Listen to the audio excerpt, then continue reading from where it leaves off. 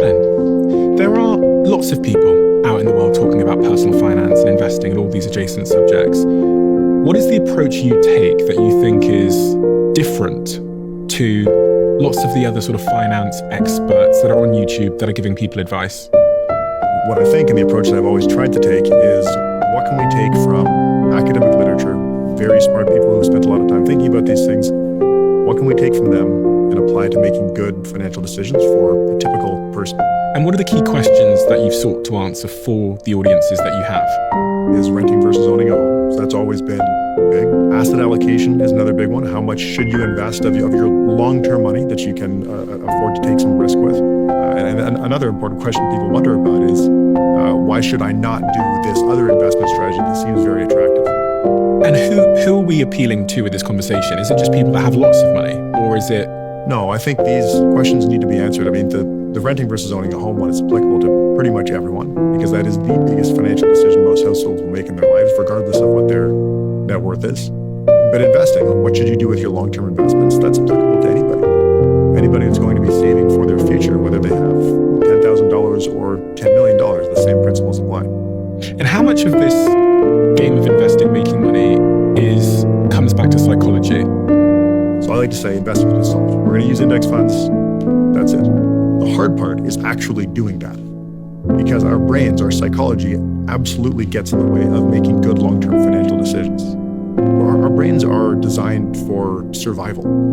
They're not designed for thinking about long-term abstract concepts like taking your money today, investing in the stock market, ignoring all the stuff that happens in between, and then having money left over later to fund your retirement. That's so interesting, because a lot of the time people talk about tactics and strategies, but I guess underpinning your ability to execute on any of those tactics or strategies are one's own psychology. And is there academic research about the best sort of mental approach to take towards money and finance and investing? So one of the best approaches, and it's a little bit counterintuitive, is to not look at your investments. There is an academic paper showing that the more people look at their investments, the less risk they take and the lower returns they earn.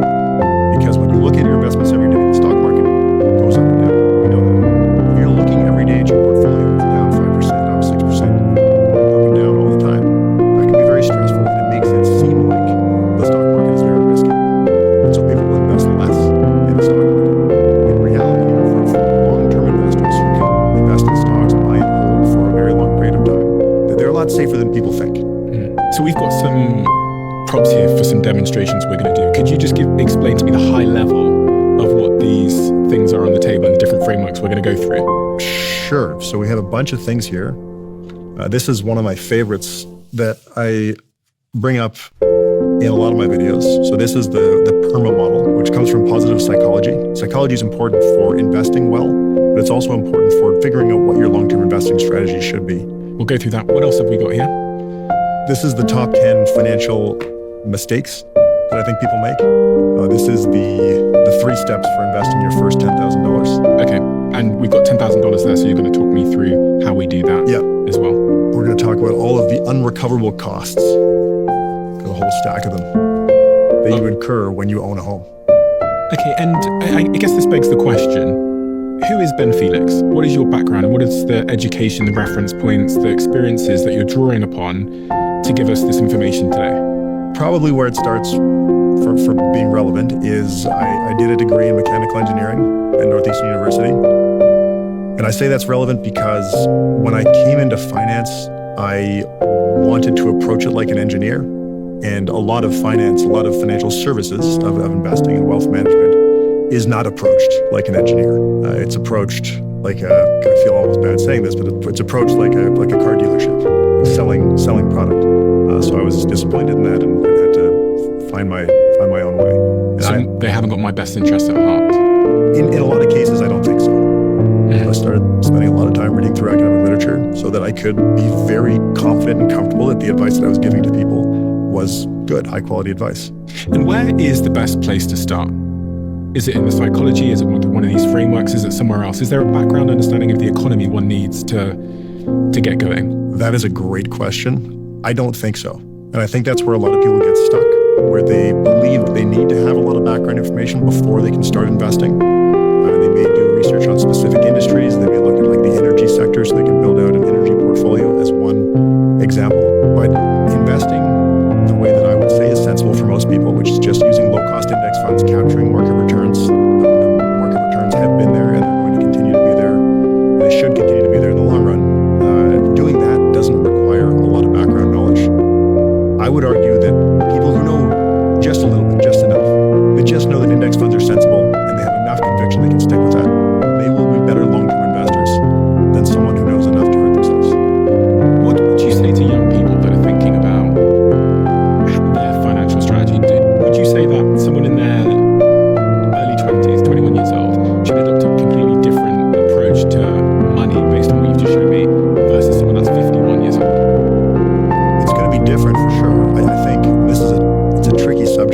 lot of young people feel a lot of pressure to save. And that might be saving for their retirement. It might be saving to buy a home. But they feel a lot of pressure from their parents and just from society in general that they need to be saving money, that if they're not saving money, they're being irresponsible. But again, if we come back to academic research, there is research suggesting that it's probably suboptimal for young people to save. General point is that you should save more when you have a higher income and save less when you have a lower income. And what that ends up meaning is that young people may not need to save or may not need to save as much as they feel pressured to save. The reason this topic is tricky is that, well, what I just said is true. It can cause bad habits. Where if people spend all of their income and then don't have that shift towards saving at some point, then they'll end up in a difficult position later on in life. Someone who's 50, it's going to depend on their situation. If they're the person who I just mentioned who never saved, they're in a tough position and they are going to need to save a lot in order to have some wealth later on in life. But if they've already saved and they have wealth, then they can focus more on some of these topics. And you've got the 10 money mistakes people make here. Can you run me through those ones and just let me know if any of them are particularly pertinent or interesting that we should dive deeper into? So this one's controversial. It's not earning enough money. A lot of people feel like they don't have an option, that they're not earning enough money because that's just the way things are and there's nothing that they can do about it. I don't think that's necessarily true. Investing in your human capital, and that can be formal education, it can be gaining skills, it can be becoming an entrepreneur. Those are all ways to make your own self a more valuable asset, to increase the value of your human capital and allow you to earn more money. So that's a big one. And I think people who get stuck in the feeling or the thought that they do not have the ability to increase their income and that this is just the way things are, I think that can be very problematic. I've always thought of it across these sort of 5 buckets. The first 2 buckets that we attempt to fill when we're starting our careers are our knowledge and then our skills. And kind of like when knowledge is applied, it becomes a skill. And these 2 first buckets are so imperative because they can almost never be unfilled. Whereas the other 3 buckets, which is your resources, your network, and your reputation, you can have career fluctuations and earthquakes that cause those buckets to unfill. So as like you were saying earlier about young people, one of the things I've always thought is like when you're young, just like optimize fulfilling your knowledge and skills as much as you possibly can. And actually, I guess the level of nuance there is acquiring a rare but complementary stack of knowledge and skills that the market values. And I think over the long term, this doesn't apply to everybody because things happen in life and bad things can happen. But over the long term, I think life tends to land you pretty much in and around the value of and the rarity and the complementarity of those knowledge and skills as it relates to the market's demands. That's absolutely true. There's data on this too, where we know that there is a mechanical relationship, at least historically. We can talk about the future, but historically there has been a mechanical relationship between formal education or trade education and lifetime earnings. And we also know that certain degree types, like engineering, finance, business, some other sciences, have higher lifetime earnings than other degrees. So I think you're absolutely right. There are, and the hard part is we don't know what exactly those degrees and skills that are going to be the highest paying in the future are going to be.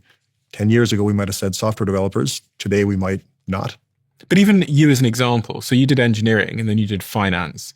And now you've added this other string to your bow, which is you know how to make content on YouTube. And that makes you, as a finance expert and professional and CIO, so extremely rare. It almost makes you like one of 100 on planet Earth, maybe. And this is what I mean by rare and complementary skills. You could have just learned more finance. I don't think that would have moved you up this sort of earning ladder. But because you added this really rare skill of being able to make content to your other skill stack, I'm guessing it made you money. It did, it has, and I continue to be paid well. And, it was, please don't. But if you were to go back and watch my old videos, which are still up, I am so rigid and nervous. And I was. And it took probably years of recording, and we do a podcast too, so just being in front of the camera for me to feel pretty good. I mean, it probably took me 3 years to smile on camera. Really? So yes, that was a skill that I acquired through just practice, I guess. So I say this because I really want people to think about how rare their skill stack is. It's not something we're taught. And then also, one of the things I noticed, I used to work in a biotech company for a little while I was in between things, and we were looking for a writer, a biotech writer. Now, the other writers that we hired at our other companies might have been paid, I don't know, $50,000, whatever it is. For a biotech writer, we would pay them $250,000. And the only difference is the biotech writer had like some base, they didn't have to go to medical school. They just needed experience in writing about biotech. Yeah. And it 5x'd their earnings. So this other point is, you might have a skill stack, but are you selling them on the right market? And even me, first part of my career was marketing. I was helping Uber and fizzy drinks company and dress seller company sell their dresses. As I just said, the second little stop I took in my career was helping biotech companies with marketing that are about to IPO. My first contract with one of those companies was worth $8 million, 6 months work. And it was a real pivotal moment in my career where I go, it's not just the skills you have, it's like the market and industry where you sell those skills can wildly change your, as you say on that card, your earning potential. Yeah, and as you say, that this is something that you don't have full control over because you could do all of those things and not find work as a biotech writer. But putting yourself in that position, I think, does increase the odds. What's the second one you've got there? Second one is not saving enough. We touched on this a little bit. Young people maybe don't need to save, but at some point you do have to start saving. And the tricky thing about saving is that wealth compounds over time. And if you're not saving out enough, you're missing out on compounding, and it gets a lot harder to catch up with the amount of savings you would have otherwise had if you started earlier. So that's a big one. And some people will wake up when they're 50, 55, maybe even 60 and realize they haven't saved enough. But by that time, there's nothing that you can do about it, or very little that you can do about it. There's a lot of parallels with health here, where if you eat poorly and don't exercise, you can wake up when you're 55 and you can have heart disease. That is very difficult to reverse. And it's the same effect. It's compounding over time. I think health and wealth have a lot of parallels. Anyway, so not saving enough can be very problematic because it is so hard to reverse the effects of it once you've realized it's a problem.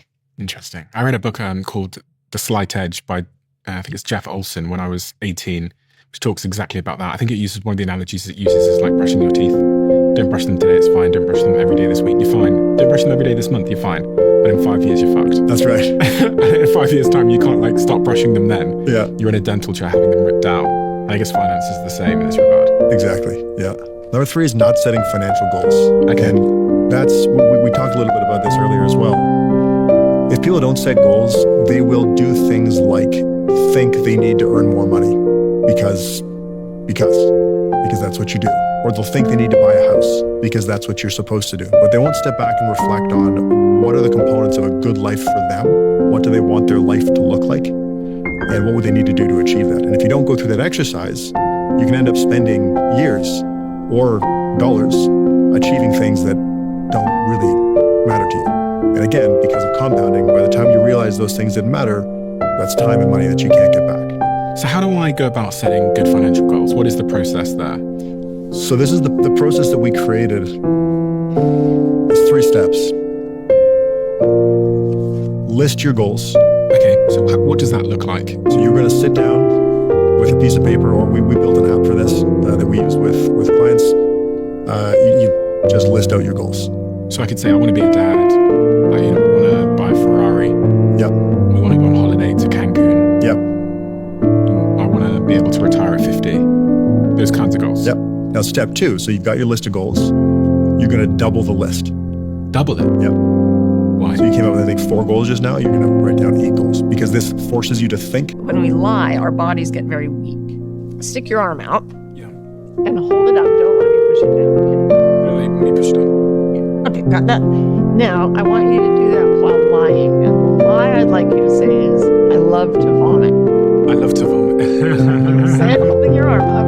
Yeah. Say it. I love to vomit. Why? That's so weird. Now say, I love fresh air. No, I love fresh air. No, I'm trying my very hard. Let's say again. I love fresh air. Now say, I love to vomit. I love to vomit.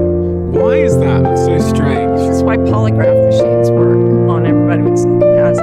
Because the body lives in reality. The body is honest. Only the mind, and only the verbal mind, can lie to us and tell us things that we can believe, even though they're not true.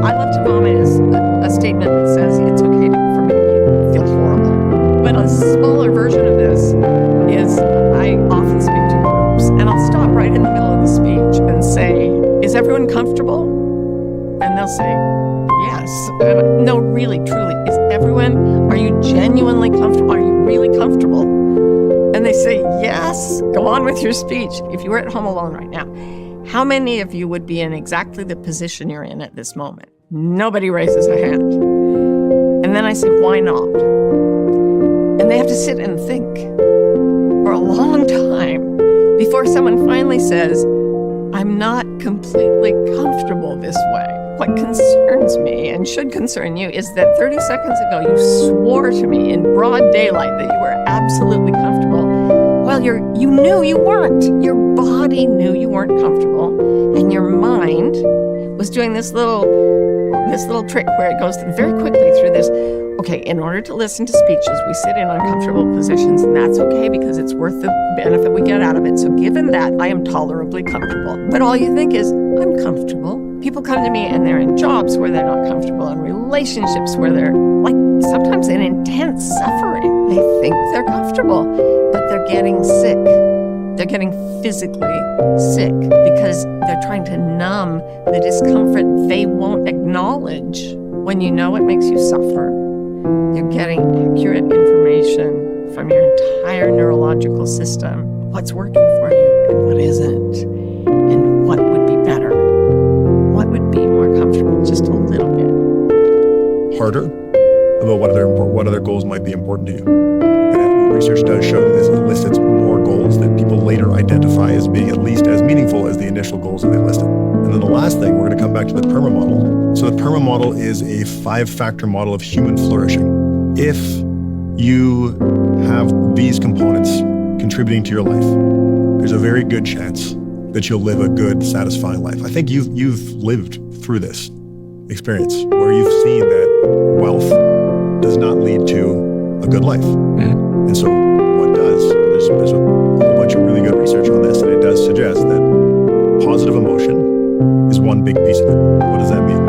It's literally enjoying what you're doing and feeling good throughout the day. Engagement, you could probably argue that we're getting some of that right now, where you're doing something that you enjoy doing that's maybe a little bit challenging, but it's at your skill level. It's the idea of getting into flow. I know I get that when I do podcast interviews, when I do research, when I'm sitting down and writing a video script. Relationships is having good, strong relationships with people who are close to you in your life, and that can be friends, it can be family members, it can be colleagues. Meaning is being part of something that is bigger than yourself. That can be a lot of different things. For some people it's religion, for some people it's community, for some people it's their own business. And accomplishment is achieving hard things, setting goals and achieving them. You're going to look at the items of the PERMA model. You're going to look at those as categories and think about what other goals you may have that fit into those categories. That's called a categorical prompt. And again, there's evidence behind that, helping people elicit more meaningful goals. So one of the things I said is buy a Ferrari. Again, these aren't my goals. I don't care about Ferraris, but in case they want to sponsor the podcast, then I care about Ferraris. But say the Ferrari thing, do I have to find where it sits in terms of positive emotion, engagement, relationships, meaning, accomplishment? It would be wise to. And this is why I think this framework is so important, because you might realize that a Ferrari does not contribute to any of these things. It might, though. Like maybe you take it to the track and you spend hours racing it. And that would be engagement. Maybe you have a bunch of buddies who have Ferraris and you want to be part of that friend group. So that's relationships. Yeah. Okay. I mean, positive emotions, but that might only last a couple of days. Yeah, well, it's the hedonic treadmill idea. That's exactly it, yeah. And then accomplishment, I mean, it's not really an accomplishment. If it was a goal that you've had since you were 5 years old, maybe that you could call that accomplishment, maybe. Okay, so I fit my financial goals, my life goals into the PAMA model as a way to understand what my financial goals should be. Yeah. Okay. How many people in the general public do you think have actually thought about what a good life for them looks like? Not enough, not many. I think people are so busy with their day-to-day lives. And I know this is true for me and my family too. It's really, really hard to step back and have this kind of thoughtful discussion about what you actually want your life to look like. Because I was just thinking about that. I was thinking, I don't even know if I've got really clearly defined life goals for myself. I think most of us just kind of act on how we feel. Yeah. And that can somewhat drift us towards the short term. Like if I just, what's going to make me feel good today? And do that every day. I don't know. Some might argue that you have to be a bit more long-term thinking. It can help. right? Because it can help you from making decisions that you might regret in the future. Mm-hmm. Yeah, because when I look at this PERMA model, there's some things on here that I've optimized for, which have sacrificed the other things. That's it. Yeah. Like I might have over-indexed on this, like achieving things, but it might have cost me some relationships. So what's the fourth mistake people make? Yeah, so this is related to what we were just talking about, but it's overspending on the wrong things. Okay. When you think about what is a good life for you, and if you realize that you're spending on things that are not contributing to that, which is resulting in you not being able to save toward things that would contribute to what you want your life to look like, that's probably not a great position to find yourself in. So that could be spending $12 on an iced coffee every morning and not enjoying it because you couldn't get positive emotion out of that. You're like rushing to work, chugging down the $12 coffee every day. That's probably not contributing to a good life. Number 5 might be one of the bigger ones, which is not taking investment risks. And that's really the stock market has delivered these incredible long-term returns. And on expectation, it should continue delivering strong returns for investors. Not participating in that is a huge mistake, and it's a mistake that many, many people make. A lot of people don't invest in stocks at all, and a lot of people who do invest in the stock market don't invest enough in stocks. They have very conservative portfolios, and that has a very large implicit cost. By not participating in the stock market when you could be, you're giving up a huge amount of economic gain. How do you quantify that for the average person in terms of what kind of gain they're giving up, the size of the gain they're giving up? But you can look at the historical returns on stocks, and you can also look at the expected returns on stocks. So let's say it's 7% that we expect stocks to earn in the long run. And if you could get 2% by sitting in cash, that 5% difference is your opportunity cost of not investing in the stock market when you otherwise could be. 5% compounded over the long term is enormous. So say I have $10,000 and I invest it in the stock market and I'm getting, what did you say, 8%? 7%. How much money is that? Let's have a look. So I've done $10,000, which is what we have here. Mm-hmm. Invested in the stock market, 7% return over 40 years. That would be $150,000. Do you know what's quite scary when I think about that? Is that kind of means that today, if I spend $10,000, I'm actually spending $150,000. Yes. Which makes me not want to spend any money on anything. Yeah. Because if you buy, I don't know what costs $10,000, like a kind of small car. Yeah, maybe, yeah. You're actually spending $150,000 when you factor in the fact that if you'd put that $10,000 into the stock market, you could have made 7% a year and it would have turned into $150,000. Yeah, that's one side of the coin. I think you also have to think about any enjoyment or utility that you get out of that car. If that car lets you drive to a job you couldn't have otherwise done, it may have a significant economic value to you in the long run. That's one example. You know, I've got a coffee here. Some people spend $10 on a cup of coffee with frappuccino, things and all that stuff. Looking at that over the long term, in 40 years, if you'd not bought that... If you are awake from the hours of 10 p.m. to 4 a.m. for 2 hours between 10 p.m. and 4 a.m. for 2 days per week, for 25 days of the year, you qualify as a kind of card-carrying shift worker, and you likely have significant circadian disruption. Which means that I have... You are at risk for some of the, and it's not going to happen tomorrow, but if you continue on that pattern that I just described, you are putting yourself at increased risk for cancer and cardiovascular disease, metabolic dysfunction. You can have trouble having children. It impacts fertility, mental health, psychiatric disorders. There isn't a disease or disorder that circadian disruption doesn't touch. We just have to understand that our relationship to light will directly influence the trajectory of our health. There's just no question about that.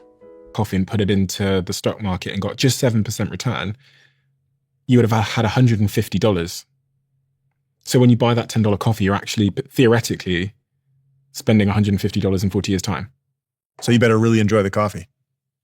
Is there a bit of a fear that it makes us not want to spend money on anything, and therefore we end up having a shitty life in the near term? No, I think that's why this framework, that's why the PERMA framework for thinking about these decisions is so important. Because you do want to have positive emotion and engagement, relationships, meaning, and accomplishment. Those are all really, really important. And yes, that money could be worth more in the future, but it can also be worth a lot today if you're optimizing on the right things. What else? Number 6. It's another big one. So not taking enough risk is important. Taking the wrong risks with your investments. So we just ran some numbers about a 7% stock market return. You can basically get that using an index fund. The problem is a lot of people don't invest in index funds. They pick individual stocks, hoping to earn really high returns. They trade individual stock options. They trade crypto tokens and all that kind of stuff. And a lot of those types of risks have negative expected returns, or they have high costs if you're doing a lot of trading. And that can really erode long-term investment growth. What about buying a house? Is that a good investment? I wouldn't consider buying a house to live in an investment. It sort of is. You get an asset, but you're buying an asset that funds your housing consumption. It kind of pays you a dividend that's sort of like getting rent from the house that you own. When you do the side-by-side comparison, which I think is the only way to think about this, if you compare buying a house, so that means in Canada, you'd usually save up for a 20% down payment. So you put 20% down in your house.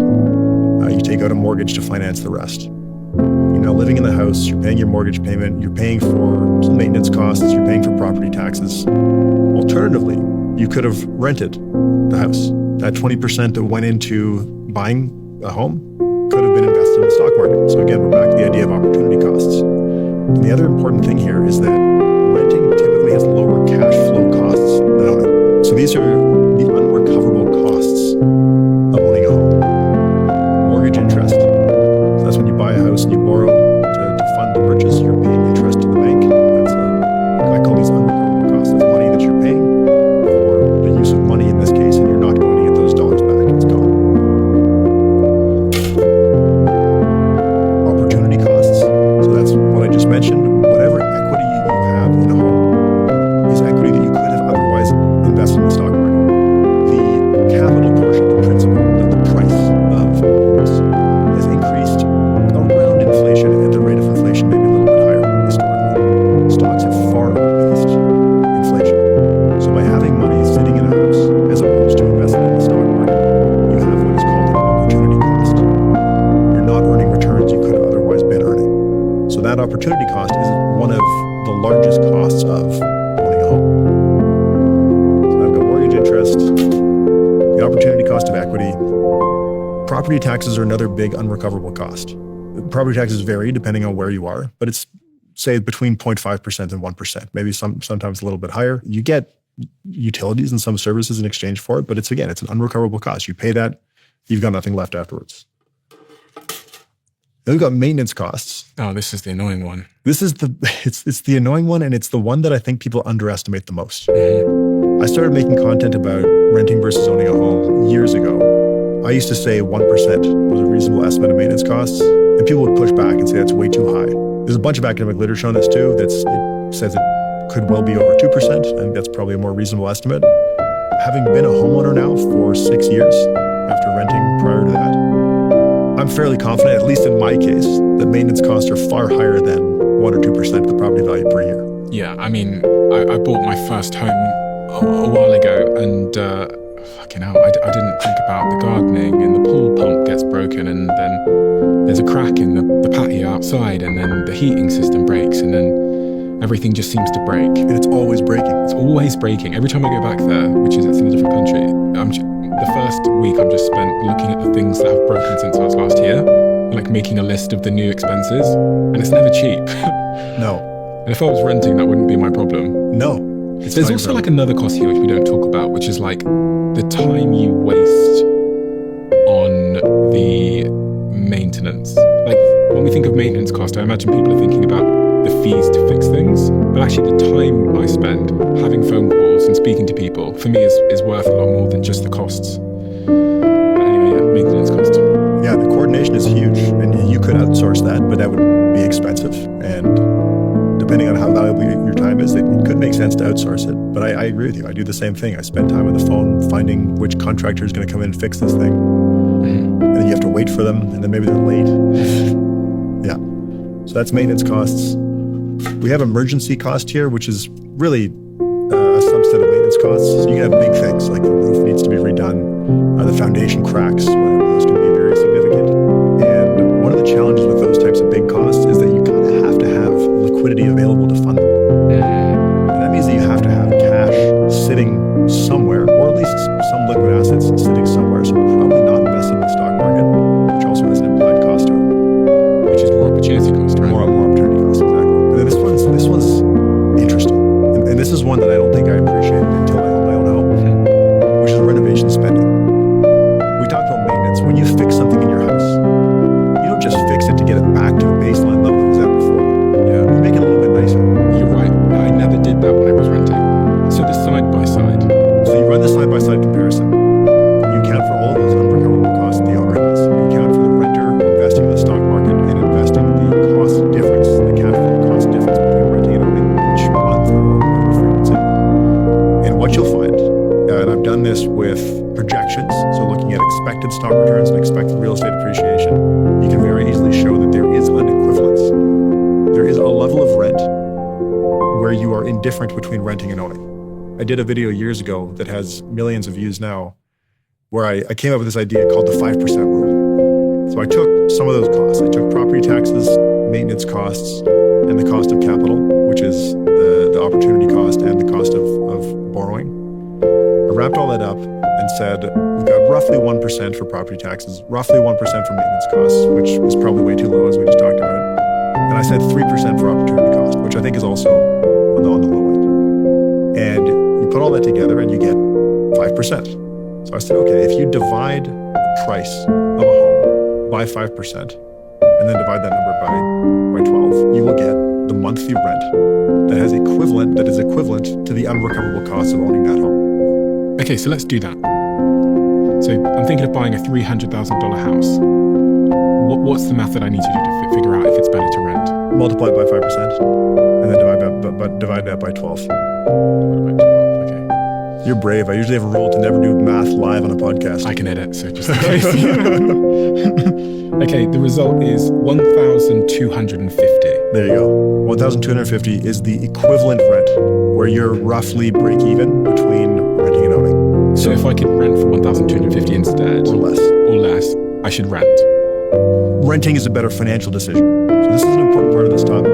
We can show financial equivalence, and just that is important. Like, we can show that there is financial equivalence between renting and owning. I've done more robust versions of this analysis since then. We have, PWL has a calculator on our website where you can see the break even by putting specific numbers in instead of just doing the rough rule of thumb. Because things will change it. For example, if your asset allocation is more conservative or more aggressive, that opportunity cost number can be different. If you're a taxable investor, meaning that you're taxed on your investment gains by investing in the stock market or the bond market, your opportunity cost decreases because the after-tax expected return on stocks and bonds decreases relative to ownership.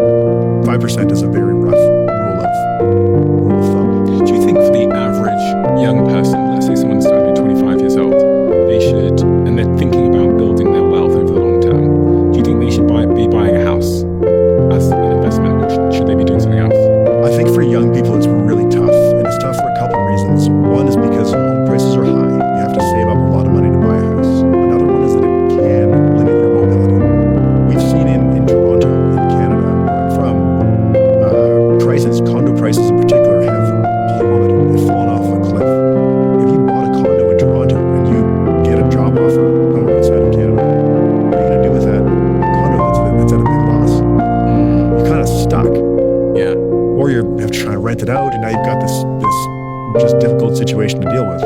And plus, there are big transaction costs if you're selling a place. So, for young people, I do think that homeownership can be tricky because it can limit your mobility, your ability to go and find maybe higher paying work. It introduces a risk that you probably don't need in your life because you may end up moving somewhere else. And then people often move up where they want a condo today, but they're going to want a house later. For my family, I met my wife, I was renting a place.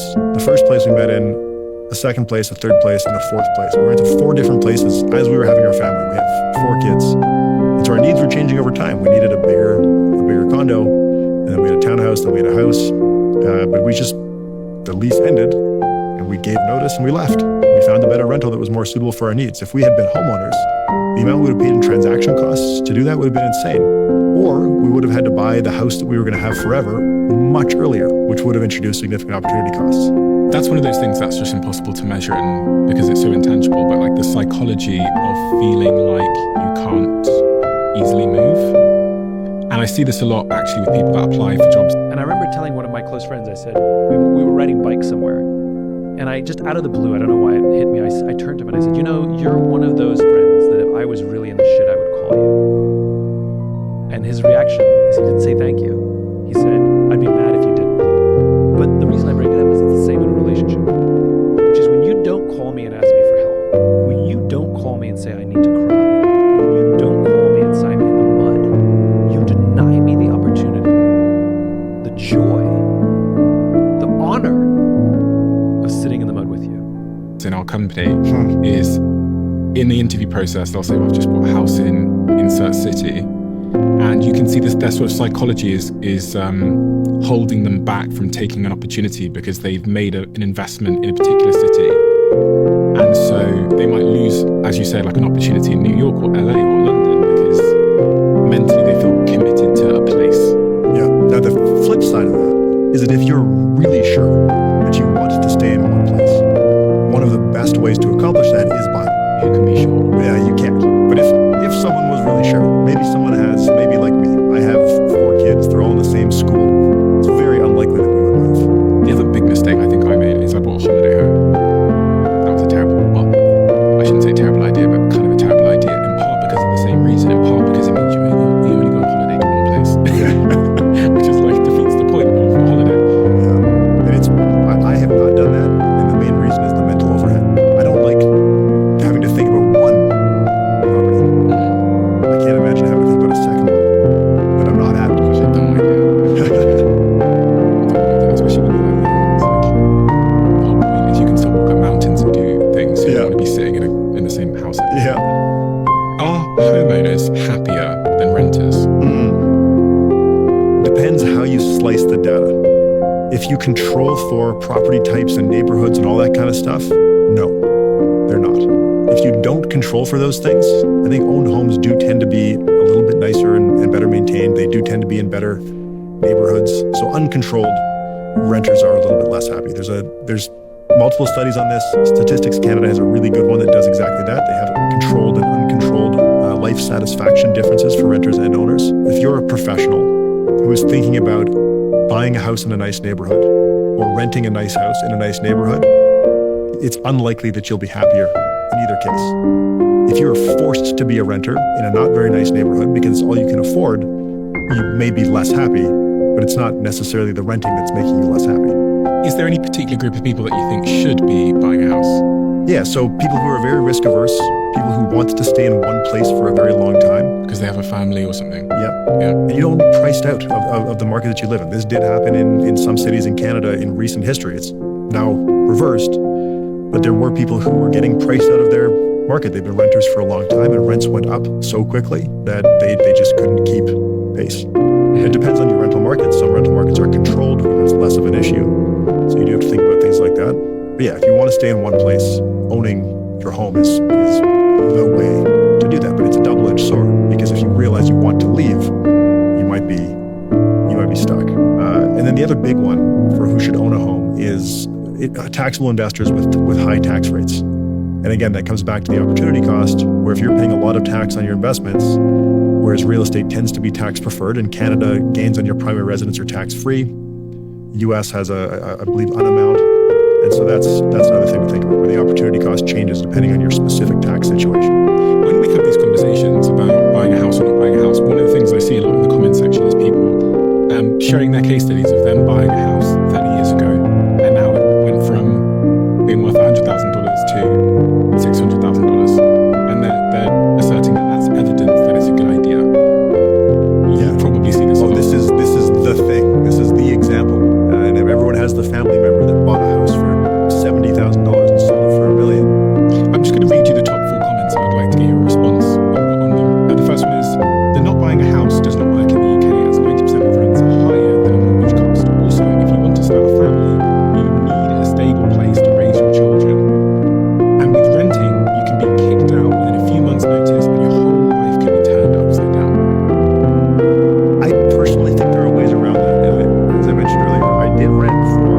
years of my life with a wife and an increasing number of kids, the two things that I always made sure to do were to rent from professional landlords. We did have one experience renting from a sort of mom and pop person who had bought a condo and rented it out. And that wasn't great. But after that, we were very careful about vetting our landlords and only renting from professionals. And then the other thing that we did, which addresses, at least in Canada, addresses one of the other points there, is we would sign long leases. If we want to stay in a house for a few years, we would sign a multi-year lease. And landlords do tend to like that. The other point that was in there that I think is really important is that rents are higher than mortgage payments. I think this is one of the biggest mistakes that people make when they're making the rent versus own comparison, is they'll say, this is my mortgage payment, this is my rent. If the mortgage payment is lower, owning must be better. But that's not the case. As we talked about a minute ago, you have property taxes, maintenance costs, potential renovation spending that you wouldn't do otherwise, and the opportunity cost of capital. When you add all that up, the cost of owning a home is far more than the mortgage payment. This guy here said, I bought a house, it's the best thing I ever did. It's launched my mindset in new directions. Remember that having your own space has profound psychological impact and can be life-changing for some of us that want to live in a healthy environment. What do you make of that point? Does it have profound psychological impact? If someone believes that it does, and they've really taken the time to reflect on their life and has decided that yes, it is in fact true that it has had a profound psychological impact, of course that person should own a home. Of course they should. Is it true for everybody? I don't think so. Dawn said, my experience, I purchased a house in 2013 with 20% down payment deposit. My total payment, including taxes, insurance, HOA, homeowners insurance, is $1,800 a month. As of today, the exact same house is renting for $4,000. The property value has also gone up 3x. I'm glad I bought my house. Yes. So there are cases where real estate allows you to use leverage very easily, as Dawn mentioned. And if you end up buying in a market that goes up a lot in a short period of time, it can be really, really good. However, and this is what we've seen in Canada more recently, it hasn't touched other markets yet, although of course the US has had their own declines and so have other countries. But Canada's right now in one of the biggest real estate price drawdowns when you adjust for inflation, going back to 1975. And so if you had bought, 7 years ago, and then looked at the price in 2022, you'd think, wow, I'm a genius. Of course everybody should buy. But if you had bought it, I think it's 2021 was the kind of peak, and you look at it today, you're thinking like, wow, I've ruined my life. So yes, there are examples like that, for sure. But that is not what people should expect every time that they purchase a home. So are you saying that the future is not going to be as the past?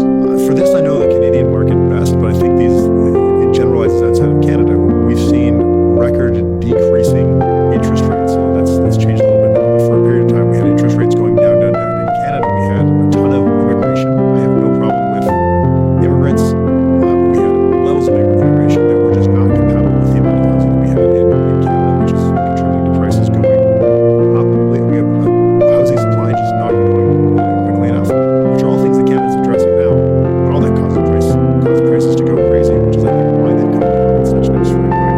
So I'm not saying necessarily that we're never going to see high house prices again or house prices going up at an extreme rate again. But in Canada, at least, that has now normalized, or at least started to normalize. I don't think it's reasonable to expect stock-like returns from real estate forever, even though we did see that for some years. So for most people, then, you think if their goal is to make money and they care about mobility, being able to get up and go if opportunity arises, a better investment decision would probably be just investing in an index fund, which gives you exposure to the stock market. Yeah, I think the mobility piece is key there, because remember, just from a wealth perspective, we can show that, hey, these are pretty close to equivalent. Mm-hmm. But if mobility matters to you, I think that matters a lot. If you have unique investment opportunities, that can be another reason where your opportunity cost is really high. Like I had an opportunity to buy equity in my company years ago, and if I had been a homeowner I think I actually had just bought a house, and I think I even had to reduce the amount of equity I bought because our well pump broke like around the same. Anyway, it was a whole thing. It's annoying, isn't it? But that's like, there's opportunity cost in the stock market, which is, call it 7% or whatever. And there's other opportunity costs that can be a lot higher, like in that specific situation. And the next one there is number 7. Yeah, missing tax planning opportunities. This is something I think people just don't think enough about, but it's not terribly complex. But there are simple things that people can do to minimize the amount of tax they're paying. For most people, it's just optimally using things like, in Canada, we have the RSP and the TFSA. In the US, it's the Roth and traditional IRA and 401ks. Using those things optimally make a lot of sense. And then the rest, other types of tax planning tend to get more country specific. There tend to be lots of things, particularly for higher income people, that you can do to pay a little bit less tax. And I think... What about for lower income people? For lower income people, the government accounts that are provided... like the ISA in the UK? Yeah, exactly. Those are probably the best thing for people to be focusing on. But even then, people are often not using them optimally. One of the things people don't talk about enough is all the ways that rich people do things to avoid paying tax. They hire people so that they don't have to pay tax. I hear about all these crazy stories of I've started this business on the side here so I can get a real estate license, and if I get a real estate license, I don't have to pay the same tax on this thing here, and I move the money around here and I flip it around there, and I don't have to pay any tax. Most people, the average people, don't have any loopholes that they jump through. Yeah, it's true. And even one of the crazy ones I learned about when I got some money was that you can take a loan against your stocks and there's no tax on the loan. So if I have $1 million of Facebook stock, I can go to a bank and get 500K in cash loaned against that stock without having to sell it. And then on that 500K, I have no tax to pay. And I can just hold that Facebook stock. And when it goes up to 2 million, I can go back to the bank and say, give me another 500K. You could, but if it goes down, you get margin call. They have to come up with the cash to... Don't they just sell the stock? They might, and then you're selling after it's come down. So it's not risk-free, but yeah, that is a thing that people do. I guess everybody could do that, right? I mean, most people could, if they invested in the S&P 500, they could go and get a loan against that investment, and that loan would be tax-free. Yeah, it's the same rules for everybody. But I would still say that you're taking a lot of risk by borrowing money against risky assets like that. Mm-hmm. Okay, so tax planning, there's nothing else to cover there in terms of the average person? Yeah, I don't think so. But it is an important thing for people to think about. If they're thinking about what mistakes might I be making in my financial plan, they should definitely be thinking about, are there tax planning opportunities that I'm missing? How would they find out? It's a tough one. A good CPA, What's a CPA? an accountant, a good tax professional should be able to identify tax planning opportunities for you. Good financial planners, similarly, should be able to identify good tax planning opportunities for your situation. But as you said earlier, the reality is there aren't that many things that people can be doing.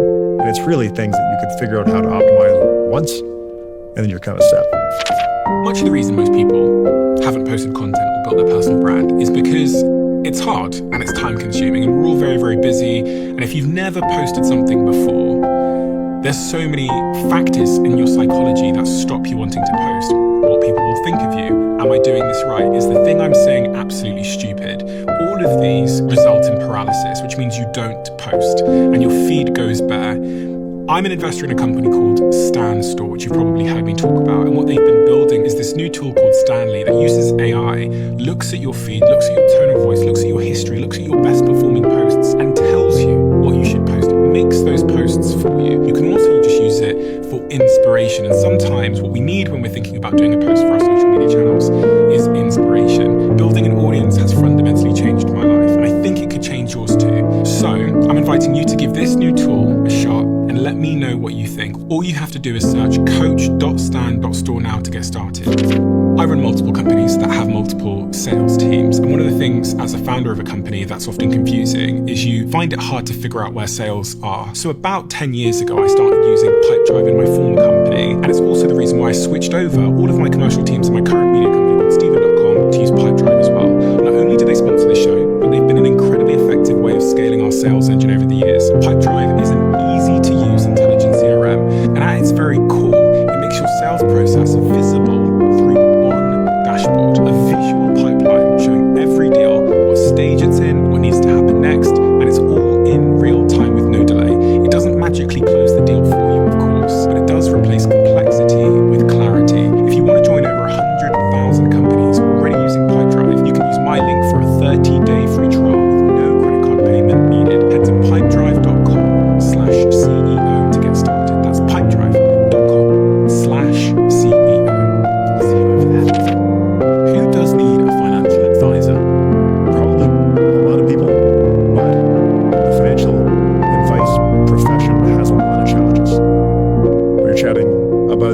the sales nature of the financial services industry. And I do think that's a big problem. Because if someone here's Ben say, okay, Ben said I should have a financial advisor. And they go to a bank or they go even to some random firm, there's a good chance that they're going to be sold products that they don't need. And I don't have a solution for that. Like it's a difficult situation when that is the state of the financial advice industry. I guess to get around that, one might ask their friends and family who does their financial planning and then go with a trusted referral. Yeah, but people often trust people that aren't giving them great advice. Like it's really problematic. I think a lot of people can benefit from financial advice. It's just finding the right person. And a lot of people don't need financial advice because you do pay fees for it. What's the next one, number 8? 8 it's kind of a similar discussion to what we just talked about, but it's missing out on estate planning. What does that mean? Figuring out how your assets are going to be distributed to the people that you want them to, or the entities that you want them to, when you die. This is an interesting one because most people aren't expecting to die anytime soon. Yeah. So they haven't really thought much about this. Yeah. And, some might also say, listen, I'm not going to be here, so why should I care? Especially people that, I guess, that's a mindset of someone that doesn't have kids, but... Yeah. It can cause a lot of problems. If you don't think through and plan for the way you want your estate to be distributed, you can pay a lot more tax than you otherwise would have. And your estate can go to people that you may not have wanted it to go to. You can pay more tax. If you don't have things set up properly, and again, this is going to be country specific, but yeah, there's cases where you would pay more tax if things were not set up properly than if they were. Do you think everybody should write a will? Everybody that has any dependents should write a will. I've heard an estate planning lawyer joke that everybody has a will, but it's the government's default will, which you may not actually agree with. It's like prenups. Yeah, kind of like that, yeah. It's exactly like that.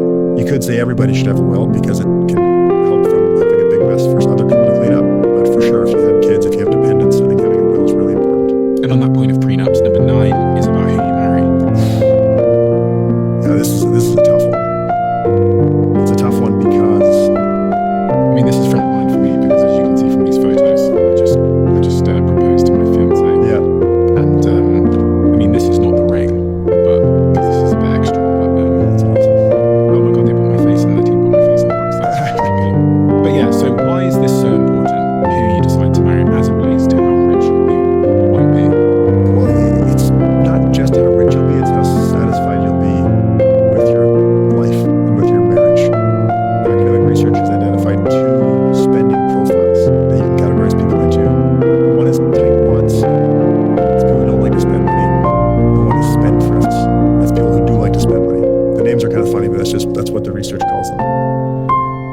And the crazy thing about this is that tightwads and spendthrifts are more likely to end up marrying each other than to marrying... Whenever you feel sad or mad or nervous or out of control, write down what you're thinking.